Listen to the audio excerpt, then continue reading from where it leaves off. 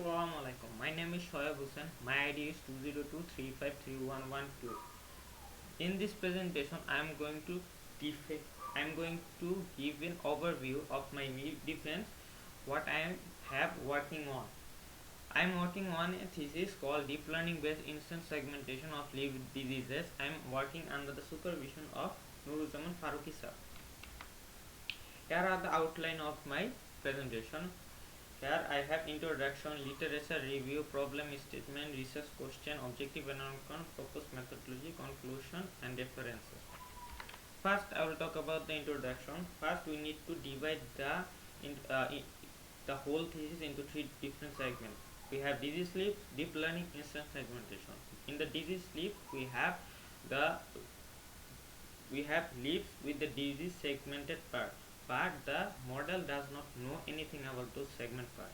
We pass the images to the model. In the deep learning, the model was trained, then the model can generate not only the classes, which classes are from, and but also can generate the segmented part of each pixel. The reason for this thesis is that Bangladesh's leaf disease poses a significant threat to Bangladesh agriculture sector. Rice, potato, and corn leaves are one of the most important agriculture leaves.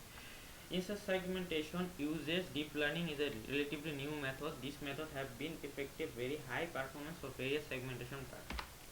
I have literature review. In literature review, I think Mohammed Shoaib used DC Gen to generate new image, CNN to use for contextual net to segment, and 3D CNN to use to classify the image.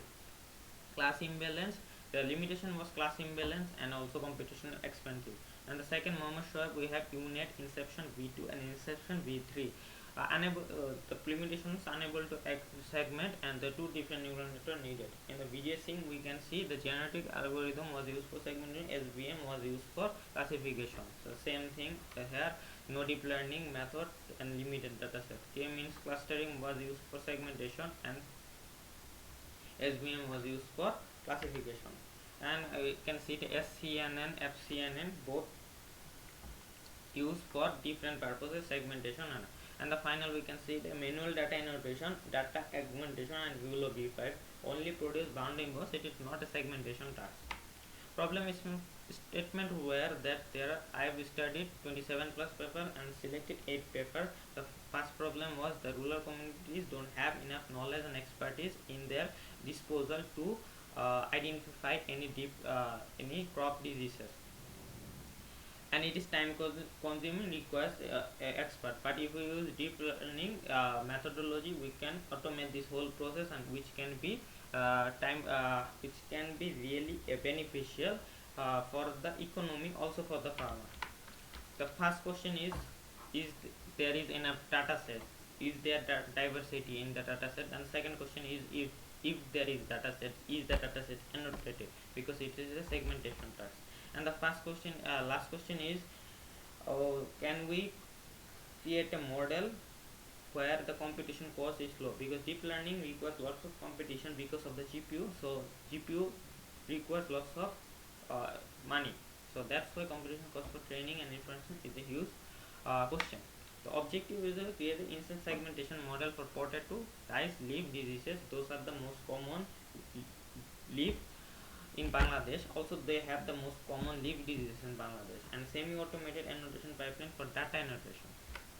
Here are the proposed methodology. I collected data from language dataset, manually annotate the dataset. Semi-automated annotation pipeline help me to annotate the whole semi-automate the whole annotation process, then combine both manual annotation dataset and semi-automated annotation dataset.